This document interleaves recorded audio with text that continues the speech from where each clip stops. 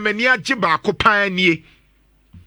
ɛne sɛ OSP aka che Ken Ofori-Atta na June sɛ second June so omra ɛnɛ yɛ se Ken Ofori-Atta omra kurum ha ɛnyɛ sɛ baabi wo bia no yɛbɛka sɛ wadwane afiri ɔman ni mu because yɛma no ample time enti ɛnɛ Ken Ofori-Atta baabi wo bia yɛde ne bɛba because papa wei egu nkrɔfo adwuma mento sɛ bi papa wei Ken Ofori-Atta egu nkrɔfo adwuma wagu nkrɔfo adwuma na no ntina meka ma asɛm no Ken Ofori-Atta wagu nkrɔfo adwuma ne nhyehyɛyɛ patapa na ɔde gu nkrɔfo adwuma ɛsɛn nkrɔfo adwuma obi ebi ho anka onya sika kakra bi anka betimi ama na kɔne ne agu no ama nkrɔfo wei ayɛ basa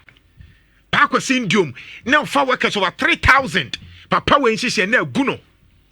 na sabi meanwhile so GN Bank na aban di omu ka Ken Ofori-Atta fesika ne ma no no ntimi ntoa o manfi